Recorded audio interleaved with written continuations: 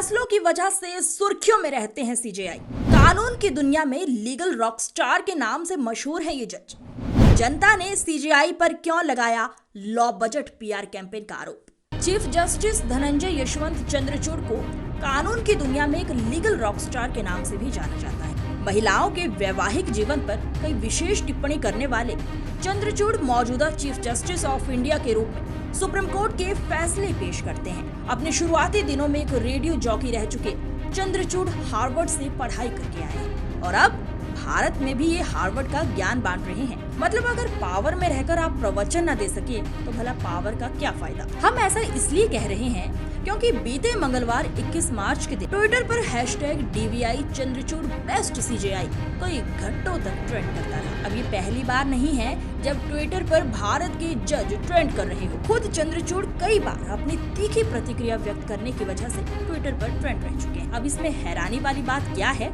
वो हम आपको बताएं। इससे पहले आपको चंद्रचूड़ और उनकी मौजूदगी में हुई सुनवाई पर ले चलते हैं। चंद्रचूड़ जी के फैसलों से लगता है उनको वैवाहिक संस्था से कुछ नफरत है और ये शादीशुदा पुरुषों को तो ऐसे निचोड़ते हैं मानो इनकी खुद कोई दुश्मनी। इनका एक फैसला था कि अगर आपकी पत्नी विवाह के बाद किसी और से संबंध रखती है तो उसका पति कुछ नहीं कर सकता। पति का अपनी पत्नी पर कोई अधिकार नहीं है और सिर्फ पत्नी होने की वजह से ये तय नहीं होता कि उसकी जरूरतों को सिर्फ पति ही पूरा कर सकता है। जी हाँ, ये हमारे देश के सर्वोच्च अदालत के जज की सोच है। अगर आप ये सोच रहे हैं कि जज साहब ये फैसला सुनाकर रुक गए तो यही नहीं, अभी और भी सुनिए। अगर वैवाहिक संबंध में पत्नी बेवफा निकले तो बच्चों का DNA टेस्ट कराना भी गलत है।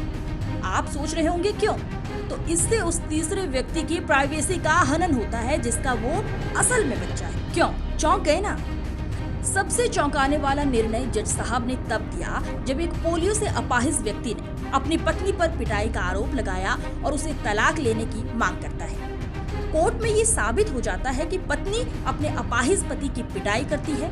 जज भी मानते हैं कि पति को हरास किया गया है, लेकिन जब पति उससे तलाक लेता है तो जज साहब उसे अपनी पत्नी को सेटलमेंट मनी देने का फैसला सुनाते हैं। मतलब पहले पिटाई करवाओ और फिर उसका हर्जाना भी खुद भरो। अब कोर्ट में ऐसे फैसले करने वाले जज का ट्विटर पर ट्रेंड करना एक बार चलिए समझ सकते हैं कि लोग इनके सपोर्ट में खड़े हुए होंगे।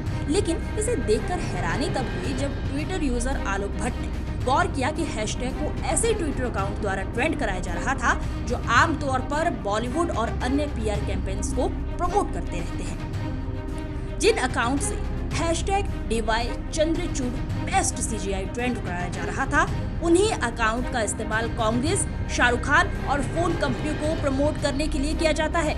जब हमने इन ट्वीट को खंगाला तो पाया कि 21 मार्च को इस हैशटैग का इस्तेमाल करके लगभग 12,500 से ज्यादा ट्वीट किए गए थे, जिनमें से 10,000 से ज्यादा ट्वीट भारत से किए गए थे। ये ट्वीट सुबह 10:30 से लेकर शाम 7:30 तक किए गए, यानी ज्यादातर ट्वीट ऑफिशियल समय पर किए गए, जो PR कैंपेनिंग के जरिए ट्रेंड चलाने की स्ट्रेटेजी की तरफ इशारा करती है। ट्विटर पर इस ट्रेंड में हमें किसी प्रसिद्ध हैंडल द्वारा हैशटैग को बढ़ावा देने का प्रमाण नहीं मिला, जो एक बार फिर से लो बजट PR कैंपेन की तरफ इशारा कर रहा था।